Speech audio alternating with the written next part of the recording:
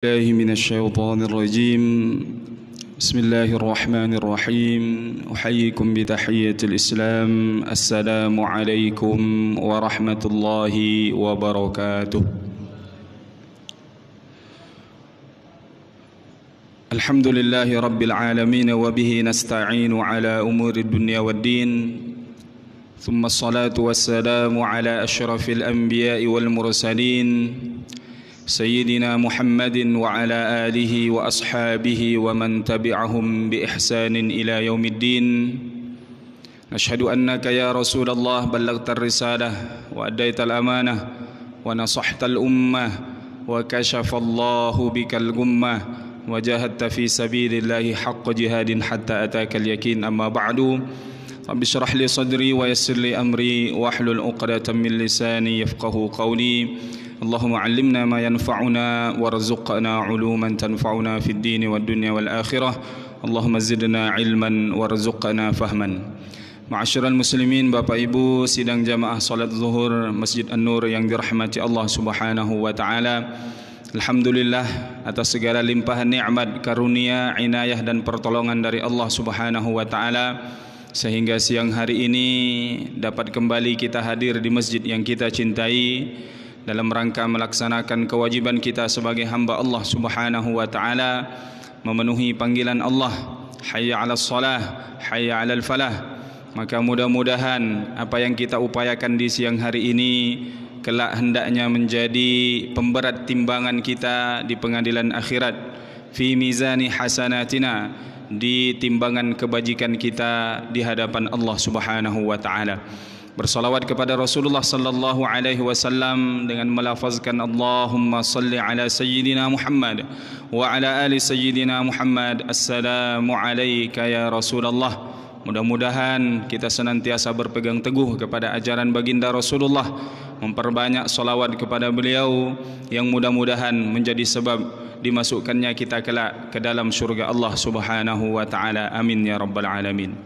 Ma'asyiral muslimin, Bapak Ibu yang dirahmati Allah Subhanahu wa taala, mengutip ungkapan seorang ahlu hikmah, Hamid Al-Laffaf rahimahullahu taala, yang kita dapati dalam kitab Al-Munabbihat 'ala al-Isti'dad li Yaumil Ma'ad. Nasihat-nasihat ataupun peringatan-peringatan dalam rangka mempersiapkan menghadapi hari perjanjian kita dengan Allah Subhanahu wa taala di kehidupan akhirat nantinya. Apa kemudian yang diungkapkan oleh seorang hamba Allah ahlu hikmah yang saleh ini? Beliau mengatakan arba'atun talabnaha fi arba'ah. Ada 4 perkara yang kita cari dalam 4 perkara namun tidak kita temukan. Fa akhta'na turuqaha. Kenapa tidak ditemukan? Karena kita salah jalan yang kita tempuh untuk mendapatkan hal tersebut. Sama dengan kita ketika ada tujuan yang ingin kita tuju, tempat yang ingin kita datangi, kemudian kita salah jalan, maka pasti tidak akan sampai kepada apa yang kita inginkan. Fawajadnaha fi arba'atin akhar. Maka 4 hal ini yang kami cari kita temukan di tempat yang lain. Maknanya banyak kemudian di antara kita yang mencari 4 hal ini namun salah jalan untuk mendapatkannya. Yang pertama beliau katakan talabnal ghina fil mali. Banyak di antara kita yang mencari kekayaan dalam banyaknya harta. Ingin meraih predikat orang yang kaya, mengumpulkan banyak harta. Siang jadi malam, malam jadi siang, ya banting tulang, ya berupaya seluruh tenaga daya upayanya dilakukan hanya untuk apa? Mendapatkan banyak harta. Namun salah manusia yang seperti ini mencari label kekayaan dengan banyaknya harta. Lalu di mana kekayaan itu sesungguhnya? Maka kata beliau fawajadnahu fil qanaati. Kekayaan yang sesungguhnya ada pada sifat qanaah. Sifat yang selalu merasa cukup. Sedikit banyak yang diberikan Allah kepada kita dalam urusan harta, maka kita merasa inilah yang terbaik yang Allah Subhanahu wa taala berikan kepada kita. Karena dalam urusan harta ini memang tidak ada cukupnya.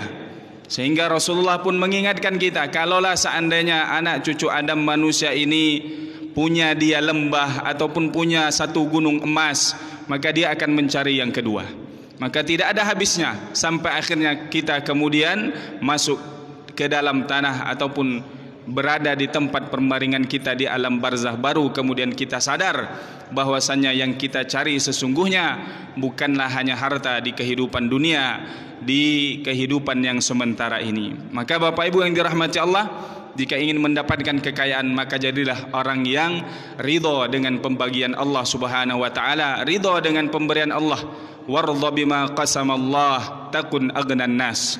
Ridolah dengan apa yang Allah berikan. Hari ini 100.000, besok 50, besoknya 25.000. Semuanya itu adalah yang terbaik menurut Allah.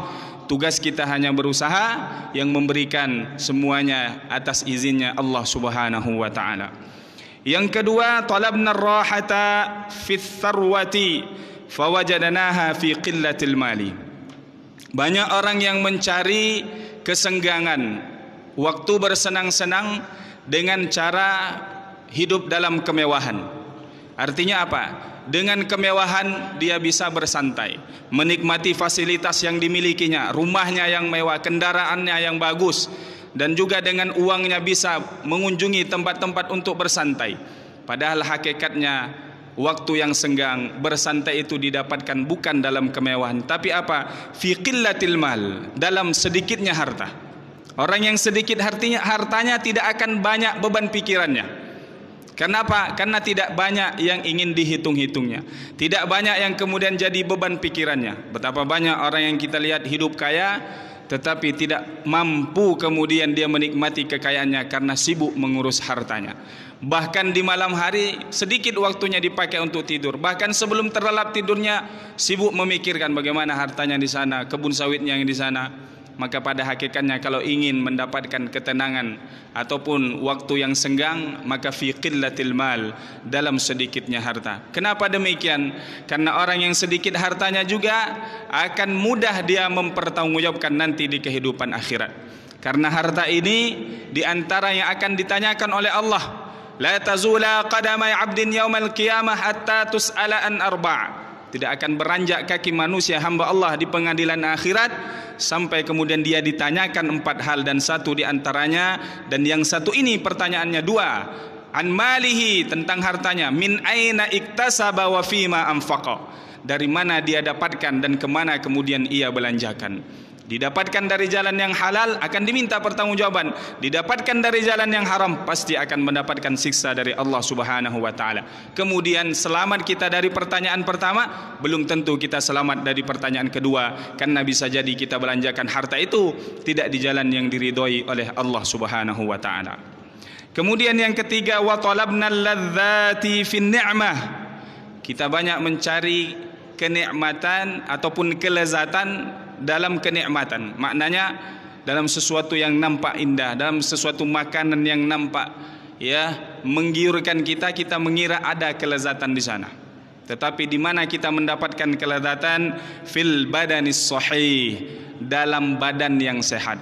Percuma kita punya uang banyak, bisa beli makanan mewah, makanan yang enak, tetapi kalau kita diuji, diberikan penyakit oleh Allah Subhanahu wa taala, apalah gunanya uang yang banyak kalau makanan-makanan yang lezat itu kemudian tak mampu kita rasakan atau kita cicipi. Maka maknanya apa Bapak Ibu yang dirahmati Allah Subhanahu wa taala?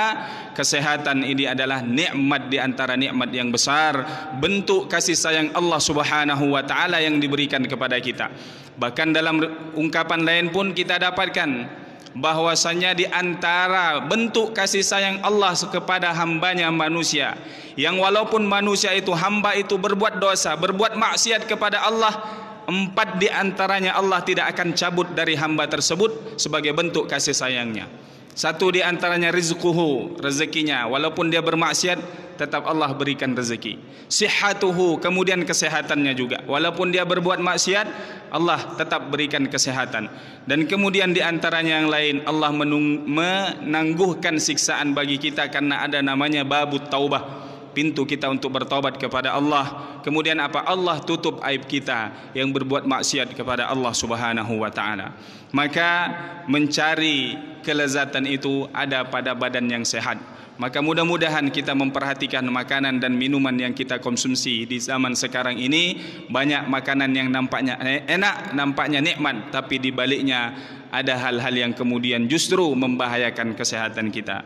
Yang terakhir beliau katakan, talabnal ilma fi batnin syabi'in.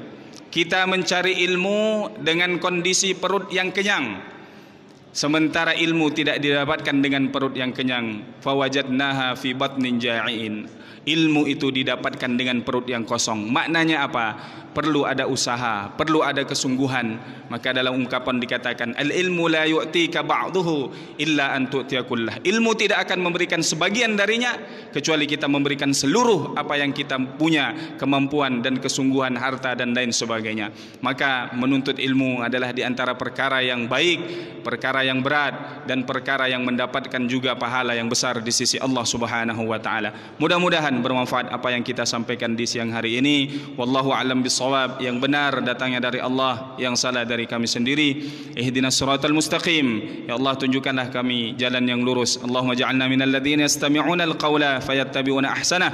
Jadikanlah kami orang-orang yang mendengarkan nasihat yang baik dan mengikutinya dengan amal yang baik. Allahumma inna nas'alukal jannah wa na'udzubika min sakhatika wan nar. Allahumma inna nas'aluka husnal khatimah wa na'udzubika min su'il khatimah. Rabbana hab lana min azwajina wa dhurriyyatina qurrata a'yun waj'alna lil muttaqina imama. Rabbana atina fid dunya hasanah wa fil akhirati hasanatan wa qina adzaban nar. Wa sallallahu ala sayyidina Muhammad wa ala alihi wa sahbihi ajma'in. Walhamdulillahi rabbil alamin.